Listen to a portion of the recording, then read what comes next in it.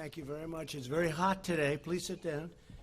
This is going to be a very hot one, and we apologize to everybody out there that's got to suffer through it. But you know what? It's better than bad weather, and it's great to be in the Rose Garden. I want to especially thank this group for joining us as we announce a historic, groundbreaking initiative in our ongoing effort to rapidly develop and manufacture a coronavirus vaccine. We're joined by Secretary Steven Mnuchin, Secretary Mark Esper, Secretary Alex Azar, Chairman of the Joint Chiefs of Staff, General Mark Milley, FDA Director Dr. Stephen Hahn, Director of the National Institute of Health, Dr. Francis Collins, Dr. Fauci, Dr. Birx. We're joined by a very terrific group of professionals. Tomorrow will mark 30 days since we released the White House guidelines for a safe and phased opening of America. That's what we're doing. It's the opening of America. We're going to have an amazing year next year. We're going to have a great transition into the fourth quarter. As of this morning, almost every state has taken steps to begin reopening, and the American people are doing an extraordinary job of continuing to take precautions while at the same time wanting to start, and they will be starting to resume their American way of life. We will be reigniting our economic engines. We're going to be taking care of our most vulnerable, which are our senior citizens and some others. We're going to be working very, very hard on our senior citizens and our nursing homes and various communities to support those that are struggling in this very difficult time. Others don't have the same kind of struggle. For example, today, Secretary Perdue, together with Ivanka Trump, launched the Farmers and Families Food Box Program, which will provide $3 billion to help small farmers. And it'll be helping farmers, ranchers, but it'll be bringing food to some of the food lines and some of the food kitchens that you've been seeing on television. And I said, why aren't we doing that? We have all of this tremendous food produced by our farmers and our ranchers. And so we're going to be buying $3 billion worth of that food. Great for everybody, our farmers, our ranchers, and the people that need great food. A key feature of our reopening plan is the largest and most ambitious testing system in the world, by far. America is now conducting close to 350,000 tests per day, an unthinkable number just a short while ago, more than anybody in the world by far, suggesting many states now have excess testing capacity to monitor for new outbreaks. Florida, many other states have so much testing, the testers are waiting for people to show up. It's great. Another essential pillar of our strategy to keep America open is the development of effective treatments and vaccines as quickly as possible. I want to see if we can do that very quickly. We're looking to, when I say quickly, we're looking to get it by the end of the year if we can, maybe before. We're doing tremendously well.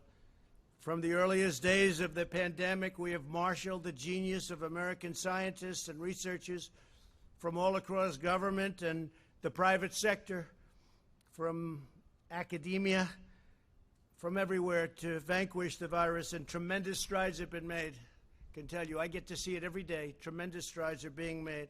Scientists at the NIH began developing the first vaccine candidate on January 11th. Think of that.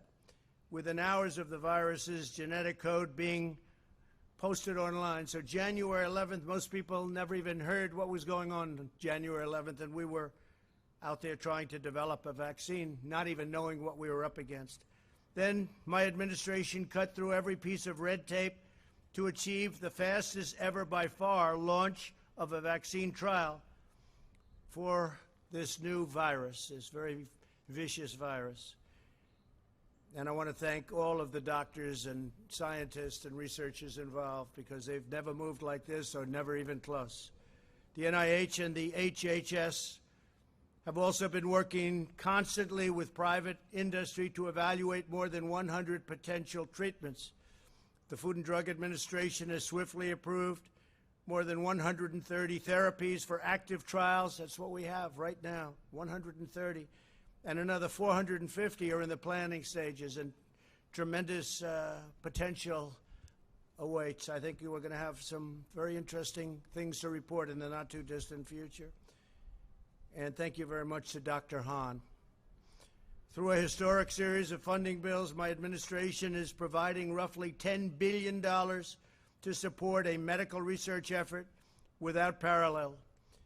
I especially want to thank Senator Steve Daines of Montana for his incredible work. He has worked so hard to secure additional funding for vaccine development. He has been right at the forefront. Today, I want to update you on the next stage of this momentous medical initiative. It's called Operation Warp Speed. That means big and it means fast, a massive scientific, industrial, and logistical endeavor unlike anything our country has seen since the Manhattan Project. You really could say that nobody's seen anything like we're doing, whether it's ventilators or testing. Nobody's seen anything like we're doing now within our country since the Second World War. Incredible. Its objective is to finish developing and then to manufacture and distribute a proven coronavirus vaccine as fast as possible. Again, we'd love to see if we could do it prior to the end of the year. We think we're going to have some very good results coming out very quickly. In addition, it will continue accelerating the development of diagnostics and breakthrough therapies. The great national project will bring together the best of American industry and innovation, the full resources of the United States government, and the excellence and precision of the United States military. We have the military totally involved. We're also working very strongly with other countries who are also have some great scientists, doctors, and we're all working very closely together, and they're viewing us as the leader, and we are, the relationship with other countries on solving this problem has been incredible. To date, Operation Warp Speed has brought together all of the experts across the federal government from places like the NIH, CDC, FDA, and many other agencies. This historic partnership will now bring together the full resources of the Department of Health and Human Services with the Department of Defense, and we know what that means. That means the full power and strength of the military, and that really talking about the logistics. We get it when we get it. That means the logistics, getting it out so that everybody can take it. And today we're proud to announce the addition of two of the most highly respected, skilled professionals in our country, worldwide respected. Operation Warp Speed's chief scientist will be Dr. Moncef Slaoui, a world-renowned immunologist who helped create 14 new vaccines. That's a lot of our new vaccines in 10 years during his time in the private sector, one of the most respected men in the world in the production and really on the formulation of vaccines. Joining Dr. Slaoui as Chief Operating Officer will be General Gus Perna, a four-star general who currently oversees 190,000 service members, civilians, and contractors as commander of the U.S. Army Material Command. That means logistics. That means getting it out. We've got to get it out there. So, General, thank you very much. And, Doctor, thank you very much. It's great to have you on board. Really highly respected people. Thank you. These two outstanding individuals will provide more details following my remarks. In preparation for this initiative, experts throughout the government have been collaborating to evaluate roughly 100 vaccine candidates from all over the world. They have identified 14 that they believe are the most promising, and they're working to narrow that list still further. So we started off with over 100. We're down to 14, and we have some really interesting choices to be made.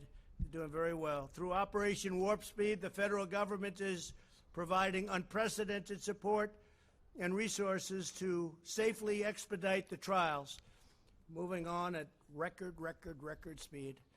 While we accelerate the final phases of vaccine trials, Operation Warp Speed will be simultaneously accelerating its manufacturing process. In other words, we're getting ready so that when we get the good word that we have the vaccine, we have the formula, we have what we need, we're ready to go, as opposed to taking years to gear up. We're gearing up.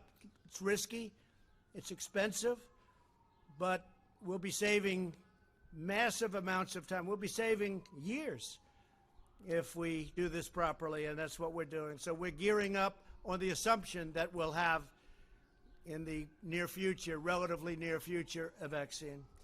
Typically, pharmaceutical companies wait to manufacture a vaccine until it has received all of the regulatory approvals necessary, and this can delay vaccines availability to the public as much as a year and even more than that. However, our task is so urgent that under Operation Warp Speed, the federal government will invest in manufacturing all of the top vaccine candidates before they're approved, so we're knowing exactly what we're doing before they're approved. That means they better come up with a good vaccine because we're ready to deliver it. This will eliminate any unnecessary delay and enable us to begin providing Americans with a proven vaccine the day our scientists say, we're ready, we got it. And as we work to bring critical medical production back to America, these vaccines will manufacture that we're going to be focused on and manufacturing. They're all going to be right here in the USA. Now, we're working, as I said, with other people outside, and that's fine, too. We want to get to the solution. We know exactly where the other countries are, and we'll be very happy if they were able to do it. We'll help them with delivery. We'll help them with in every way we can. We have no ego when it comes to this, no ego whatsoever. Operation Warp Speed is also making the necessary preparations to distribute these life-saving treatments at scale. So we're talking about massive numbers so that millions of Americans will quickly have access to them. This includes ramping up production of supplies needed for distribution. And I have to say, we're also very, very much involved in other things other than the vaccine. If you take a look at what we're doing beyond vaccines, it's going to be very interesting, and we may talk about that in a little while. But this includes ramping up production of supplies needed for distribution, such as cold chain storage, glass vials, needles, syringes, and more. We'll have everything right on hand, ready to go. When a vaccine is ready, the U.S. government will deploy every plane, truck, and soldier required to help distribute it to the American people as quickly as possible. America is blessed to have the most brilliant, talented doctors and researchers anywhere in the world. We have the mightiest military by far in the world. Our military is completely rebuilt. Much of the equipment has been delivered. Some of it's on the way, all made right here in the USA. We took over very, very empty cupboards, I say medically. We also had empty cupboards in a military sense.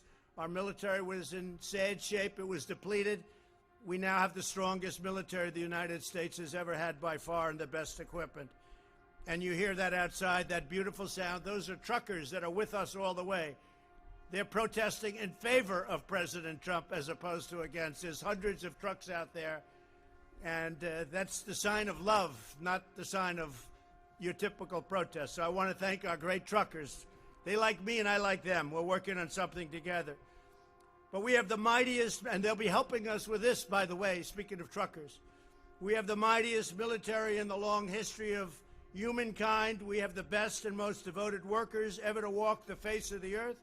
And now we're combining all of these amazing strengths for the most aggressive vaccine project in history. There's never been a vaccine project anywhere in history like this. And I just want to make something clear. It's very important. Vaccine or no vaccine, we're back. And we're starting the process. And in many cases, they don't have vaccines. And a virus or a flu comes, and you fight through it. We haven't seen anything like this in 100 and some odd years, 1917. But you fight through it, and people sometimes, I guess, we don't know exactly yet, but it looks like they become immune, or at least for a short while and maybe for life. But you fight through it. But what we'd like to do, if we can, is the vaccine speed, unmatched skill, and the unyielding spirit of the American people. Our nation will come back stronger and greater than ever. We're going to have a tremendous year next year. We're going to have a really good fourth quarter. We're going to have a very interesting and productive transition quarter where Steve is there, and I'm sure our Secretary of the Treasury, I think you feel the same way, Steve. So, and thank you for your good work, really good work. And it's not finished yet, is it? I want to thank Steve Mnuchin, everybody. Now I'd like to ask Dr. Slaoui and General Perna to come up and say a few words, followed by Secretary Azar and Secretary Esper. Thank you all very much. We're doing something that has never been done before. It's going to result in a tremendous end. I think we're going to come up with a solution to a problem like this country probably has never seen before. But it's an honor to be your president. We're doing a great job. These people are doing an incredible job. The people right here, I want to thank you all. Total professionals, great men, great women. Thank you all very much. Please. Thank you, Mr. President. Good afternoon, everyone. It's a great honor and privilege for me to have the opportunity to serve our country and the world in this remarkable endeavor, extraordinary endeavor, helping them and supporting them do it. The Operation Warp Speed's objectives are very clear. The President has described them, and I believe they are very credible. I also believe they are extremely challenging. However, I am really confident that our team across the many governmental agencies that are involved in these efforts, the NIH, the CDC, the FDA, ASPR, and of course with the support of the Army and our partners in the private sector, will be able and will do the utmost to deliver these objectives. In fact, Mr. President, I have very recently seen early data from a clinical trial with a coronavirus vaccine, and these data made me feel even more confident that we will be able to deliver a few 100 million doses of vaccine by the end of 2020. And we will do the best we can to do that. Thank you. We will, of course, also focus on progressing and accelerating development of medicines for those who unfortunately already caught the virus, as well as optimize the diagnostic tests. This will be our focus 24/7 over the next many months. Thank you. Thank you. Good afternoon, Mr. President. Thank you. Thank you for this great honor for allowing me to be a part of this team. I'm very excited about this team. It will be historic as we execute the mission that's been given to us. I also feel very confident that the team will be able to provide the results as directed. It is going to be a Herculean task, but the combination of the two main partners between Health and Human Services and the Department of Defense, their combined strengths, partnered with the other teammates, will ensure our success. One of the great advantages that we have as a military is our ability to do logistical and sustainment operations afar. We're just going to apply those capabilities to this mission. This mission is about defeating the enemy. We will defeat the enemy. Why? Because winning matters. And I'm excited to be a part of this team. And Mr. President, thank you. Thank you very much, sir. Appreciate it. Well, thank you, Mr. President, for your leadership of this historic effort. Your vision for Operation Warp Speed, setting a goal of a vaccine by January 2021, will be one of the great scientific and humanitarian accomplishments in human history. Today, you're announcing the team that can get it done. Dr. Slaoui is arguably the world's most experienced and successful vaccine developer, responsible for some of the major recent breakthroughs in vaccines. General Perna oversees one of the world's largest logistics and supply chain operations, the one that keeps the Army running. 3 highly accomplished career HHS scientists will oversee each area of Operation Warp Speed. Dr. Peter Marks of FDA for vaccines, Dr. Janet Woodcock of FDA for therapeutics, and Dr. Bruce Tromberg of NIH for diagnostics. This is truly a dream team. We started work on each of these areas in January, and Congress has provided nearly $10 billion explicitly for this kind of research and development effort.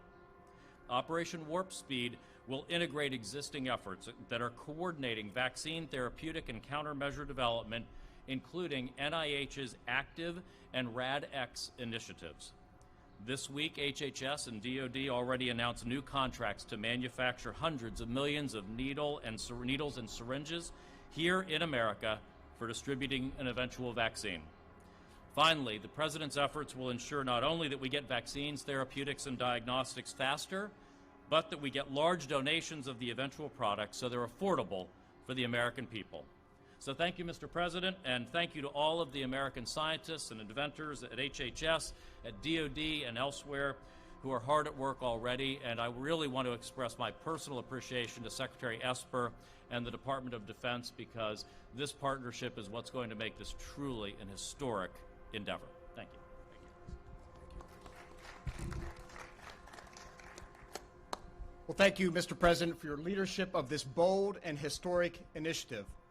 The Department of Defense is very excited and committed to working closely with our partners at HHS, across the government, and in the private sector to accomplish the mission we have been given.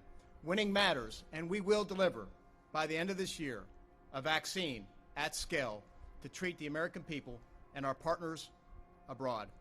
You know, the Department of Defense has been in this fight since day one, going back to January. We've stayed ahead of the curve every step of the way, and today, on America's streets across the nation, over 60,000 service members from all branches of the service are still out there, whether it's doctors and nurses in hospitals, whether it's National Guard on the streets of America, or the Corps of Engineers continuing to build out capacity in America's hospitals. We are there and we will be there, Mr. President, and we look forward to this next greatest phase of this fight against the coronavirus. We are all in then, we are all in now, and we will be all in the future, and we will deliver on time, bringing to bear the full weight of the Department of Defense, all of our first-class, world-class researchers and scientists, our ability to manage logistics at scale, and our great distributional capabilities. We will deliver, we will win this fight, and Mr. President, thank you again for all that you've done. We will get the job done. Thank you. I know you will. Any questions, please? Yeah, go ahead. President, you said no vaccine. Vaccine or no vaccine, we're back. What did you mean by that? We think we're going to have a vaccine in the pretty near future, and if we do, we're going to really be a big step ahead, and if we don't, we're going to be like so many other cases where you had a problem come in, it'll go away at some point, it'll go away. It may flare up and it may not flare up. We'll have to see what happens, but if it does flare up, we're going to put out the fire, and we'll put it out quickly and efficiently. We've learned a lot. Steve, do you have a question? We've heard that the vaccine typically would take 12 to 18 months to develop. How can you do it in a speedier fashion? What makes you think this will work? Well, they started actually, I guess you heard, in January, early January, and they've been working on it. I know so many, and private companies have been working on it. The government's been working on it. So we've got the time because we put and they've literally been working 24 hours a day. So we've got the time, and we hope to be able to do something by the end of the year or shortly thereafter. But again, you know, it's not solely vaccine-based. Other things have never had a vaccine, and they go away. So I don't want people to think that this is all dependent on vaccine, but a vaccine would be a tremendous thing. And I will tell you, therapeutically or therapeutics, what's going on there is equally as impressive.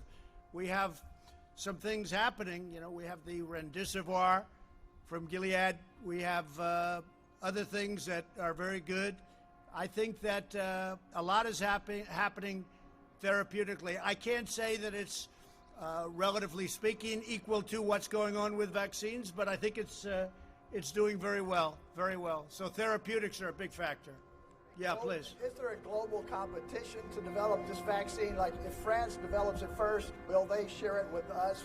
Yeah, and we have that very well worked out. Whoever gets it is going to be very proud to give it and develop it. They've developed it, and we'll see what happens. We've got countries that are allies we have some countries, frankly, that aren't allies, where we're working very closely together. So we're working together with many different countries. And again, we have no ego. We have no ego. Whoever gets it, we think it's great. We're going to work with them. They're going to work with us. Likewise, if we get it, we're going to be working with them. So it's very important. It's a very good question, actually. Yeah, please. Mr. President, what do you say to those business owners and other people who are really questioning the guidance that the CDC put out last night? There was a concern that it would be overly prescriptive. Now there's a concern it's not prescriptive enough. What are business owners to do? Well, I thought the guidance was very good. I've heard very good reviews on the guidance, and you know, the media will never be satisfied. If we gave you more description, that would be no good. If we gave you less, that would be no good. But I thought it was very good, and I've heard a lot of good things. Go ahead, please, Green. Mr. President, do you have a problem or any concerns? Do you have any concerns about the Abbott test, given some of the new numbers that have come out? No, Abbott's a great. It's a great test. It's a very quick test, and it can always be very rapidly double-checked. If you're testing positive or negative, it can always be double-checked. But it's a very good test. Very portable, very quick. Okay. And then what happens if China is the country that develops the vaccine? What happens if it's China? Will the U.S. still have access to that vaccine? I would say the answer to that would be yes. I would say the answer would be yes. Yes, go ahead, please. Do you mean a fully approved vaccine for everyone? Excuse me, you're going to have to remove it. You can't hear through you. Do you mean a fully approved vaccine for the entire general public or a partially approved vaccine for emergency use?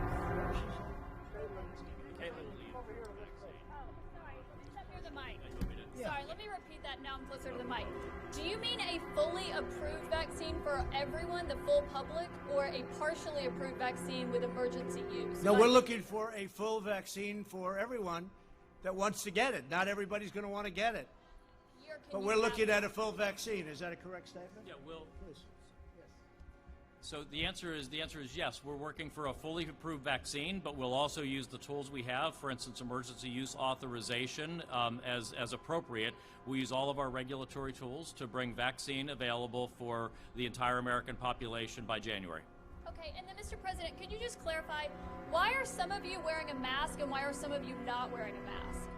We've all been tested. I've been tested. We've all been tested, and we're quite a distance away, and we're outdoors. So I gave them the option. They could wear it or not. So you can blame it on me, but I gave them the option. We could wear it or not. Yeah, please. Would a U.S. vaccine be available to the rest of the world at an affordable rate, at a low cost? The last thing anybody's looking for is profit in terms of what we're doing. Every company, they want to get it out. We've had that. We've had a great experience on Remdesivir. We've had a great experience on everything we've done. People are looking to come up with the answer. They're not looking in, typically they're saying, oh, how much am I going to make? How much? They really have been. There's been a great spirit on this. They want to get to the bottom of it, and I think we'll be able to do that. Mr. President, the Indian American community is appreciating your help in fighting the vaccine, coronavirus. What is your message to those 4 million Indian Americans here? So India has been so great, and as you know, your Prime Minister has been a very good friend of mine. I just got back a short while ago from India recently, and we're working very much with India too, and we have a tremendous Indian population in the United States, and many of the people that you're talking about are working on the vaccine too. Great scientists and researchers, yeah. We're working very closely also with India, correct. And say hello to your Prime Minister. Yeah, please, go ahead. Thank you, Mr. President. What steps, if any, is your administration taking to ensure that the communities and the states that are hardest hit will have first access to the vaccine? Have these discussions been had, or are there any plans? Yeah, I think we've done a good job with that. Certain areas have been hit very hard, New York, New Jersey, et cetera, working very closely with the governors. We've worked with all of the governors. We've made a lot of people look very good with what we've done on ventilators, with what we've done on testing. We're working with all of the governors. We just sent a big transit package to New Jersey. I just spoke to the governor of New Jersey, who's a terrific person, by the way, I have to tell you, and I just told him a lot of money's coming your way for the transit. And also I spoke with the governor of New York, Governor Cuomo. We just had a conversation yesterday. We're sending them a lot of transportation money, so it's important. But we've had a very good relationship working with all of the states, regardless, all of the states. And if we do get fortunate enough, and I think we're skilled enough, but fortunate enough to have a vaccine, it'll get out fairly and quickly. Do you foresee that states that are hardest hit will have first dibs? So will like New York and New Jersey have? I think that makes sense, perhaps. Perhaps it does, but I would say probably. But I think they're all going to get well distributed. If you remember where we started, we had no ventilators. We had to make them, and we became a very major manufacturer of ventilators. Now we're helping countries all over the world with ventilators. We're sending them to many countries all over the world. When we started, we didn't have ventilators. I inherited nothing. I inherited practically nothing from the previous administration, unfortunately. Yeah, go ahead. Mr. President, it's been 3 months since you signed the China trade deal. Between what's happened with coronavirus and the lagging agricultural purchases, are you at any point considering reimposing additional tariffs on China or tearing up the deal in any other way? Well, I don't want to talk about it. I can say China is buying a lot of our product. But the trade deal, the ink was barely dry when this came in from China. So it's not like we're thrilled. Okay, go ahead, please. Mr. President, can I ask one more? Yeah. I'm wondering if you're standing by the nomination of Michael Pack to lead Voice of America after news that the D.C. Attorney General is... Well, I don't know what happened. I know that Voice of America is run in a terrible manner, terrible. They're not the Voice of America. They're the opposite of the Voice of America. And we have a man who is very good. I don't know, he's in the nominating process, but I'll have to check that out. Yeah, please. Thank you, Mr. President.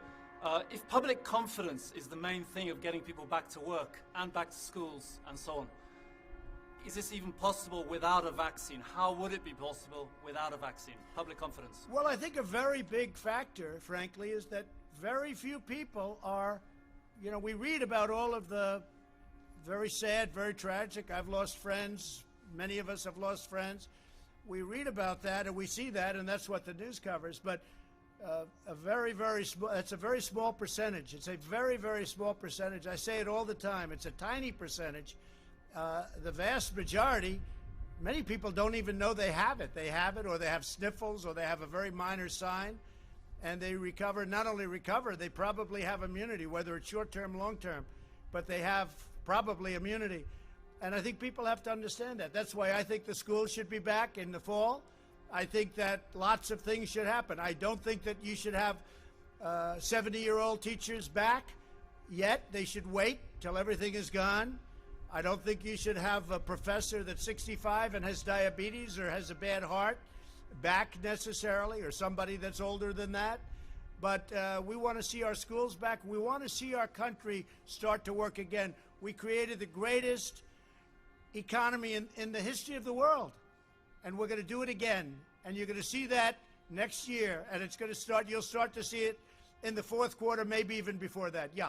President, are you at all concerned about children or teachers who are in the school bringing it home to their families, to their spouses? I'm concerned about everything, and I'm also concerned about our country. Our country has to get back. And what you're talking is, when you are doing what we did with the shutdown, that causes death also. It causes massive depression. It causes drugs. It causes suicide. It causes a lot of problems also. No, our country has to get back to work again. And you see that just looking and reading everything that's happening. Our people want to get back. They want to get back. Yeah. Sir, do you have a plan to prevent the spread if you reopen? We do. We do. We have a great plan to prevent the spread, but that doesn't mean we're going to close our country for 5 years. Okay, not going to happen. In the schools, go ahead. Plan? The current death toll is about 86,000. At current, it's about 86,000. Yes. Do you think that's accurate, or do you think it's higher than that? I don't, or lower than that. I don't know. I don't know. Those are the numbers that are being reported. I assume they're correct. Unlike other countries, I mean, you have some countries, obviously, you have some that are very obviously ridiculous, but our numbers are accurate numbers. We don't do anything with the numbers one way or the other.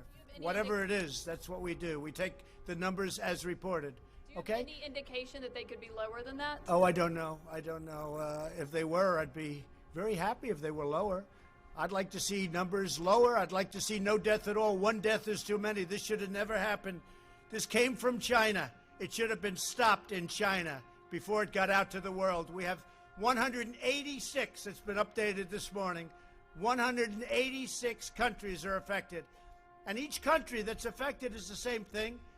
Russia now is badly affected. France is badly affected. You look at what each country, and you can say affected or you can say infected. Either way you want to put it. But you look at these countries, look at Italy, and you look at Spain, and you look at all of these great countries in many cases, how they've had to fight through this. It's a terrible thing that happened. It could have been stopped at the source. It should have been stopped right at the source, but it wasn't. Thank you all very much. We appreciate it. Thank you. Thank you.